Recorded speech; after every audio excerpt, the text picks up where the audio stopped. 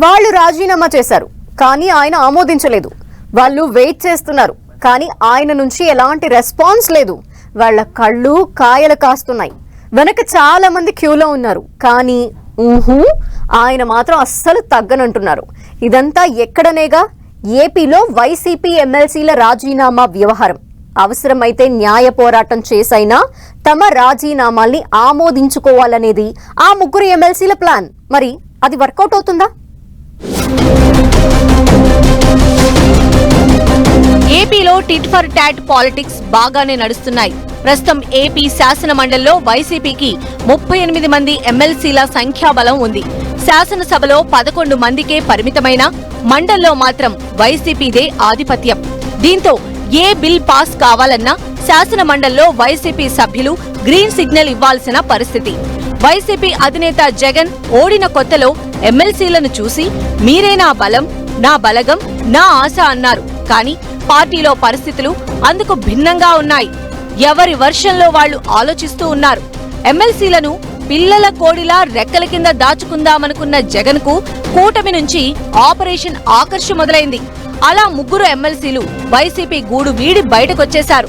వైసీపీకి చెందిన పోతుల సునీత, కర్రి పద్మశ్రీ, బల్లి కళ్యాణ చక్రవర్తి తమ పదవులకు రాజీనామా చేశారు. అయితే రాజీనామాల్ని ఆమోదించాల్సింది శాసన మండలి చైర్మన్. ఇక్కడే వారికి చిక్కొచ్చి పడింది. మండలి చైర్మన్ గా వైసీపీ అధినేత జగన్ వీర విధేయుడు కొయ్యి మోషన్ రాజు ఉన్నారు. ఇద్దరు ఎమ్మెల్సీలు నేరుగా మోషన్ రాజునే కలిసి రాజీనామాలు సమర్పించారు. 2 నెలలుగా చైర్మన్ ఆఫీస్ నుంచి రాజీనామాలు ఆమోదం పొందినట్లు ఎలాంటి ప్రకటన లేదు. ఆ సీట్లు ఖాళీ అయ్యాయంటేనే కేంద్ర ఎన్నికల సంఘం ఎలక్షన్ నిర్వహిస్తుంది. అప్పుడు టీడీపీకి చెందిన ఆశావహులకు ఎమ్మెల్సీలుగా ఛాన్స్ దక్కుతుంది. అలా మెల్లగా వైసీపీ బలాన్ని మండలిలో తగ్గిద్దామనుకున్న కూటమి స్కెచ్ కు వైసీపీ నేత, మండలి చైర్మన్ బ్రేక్ వేసినట్లయింది. రాజీనామాలను ఆమోదించి ఉంటే ఇప్పటికే మండలిలో సగం వైసీపీ సభ్యులు ఖాళీ అయ్యేవారని అంటున్నారు. ఏపీలో మండలి ఎమ్మెల్సీల రాజీనామాల వ్యవహారం చూస్తే తెలంగాణలో అసెంబ్లీ స్పీకర్ వద్ద బీఆర్ఎస్ ఎమ్మెల్యేల రిజిగ్నేషన్లే గుర్తొస్తున్నాయి. బీఆర్ఎస్ నుంచి వెళ్లిన పలువురు ఎమ్మెల్యేలు కాంగ్రెస్ కండువా కప్పుకున్నారు.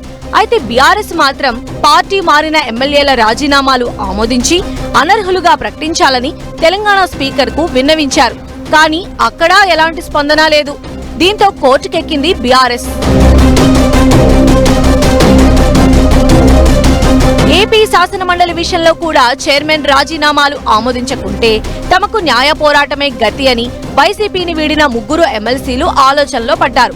కోర్టు మెట్లెక్కినా స్పీకర్, మండలి చైర్మన్లు రాజ్యాంగబద్ధ వ్యవస్థల అధిపతులుగా ఉన్నారు. వారి విచక్షణపై ఆధారపడే ఆమోదించాలా లేదా అనేది ఉంటుంది. గతంలో AP speaker TDP MLA Ganta Srinivasa Rao రాజీనామా చేసినా అంత త్వరగా ఆమోదం తెలపలేదు. ఒక కీలకమైన సమయంలోనే ఓకే చేశారు. అవసరం అనుకుంటే రిజైన్ చేసిన వారిని పిలిచి మాట్లాడి ఒత్తిడి చేసే అధికారం కూడా మండలి చైర్మన్ కు ఉంటుంది. ఈ ముగ్గురి రాజీనామాల కథ తేలేదాకా మిగిలిన వాళ్లు రాజీనామా చేసే పరిస్థితి లేదు. దీన్ని బట్టి చూస్తే ఇప్పటికీ వైసీపీకి శాసన మండలిలో బలం సేఫ్ గా ఉన్నట్లేనని గుసగుసలు వినిపిస్తున్నాయి.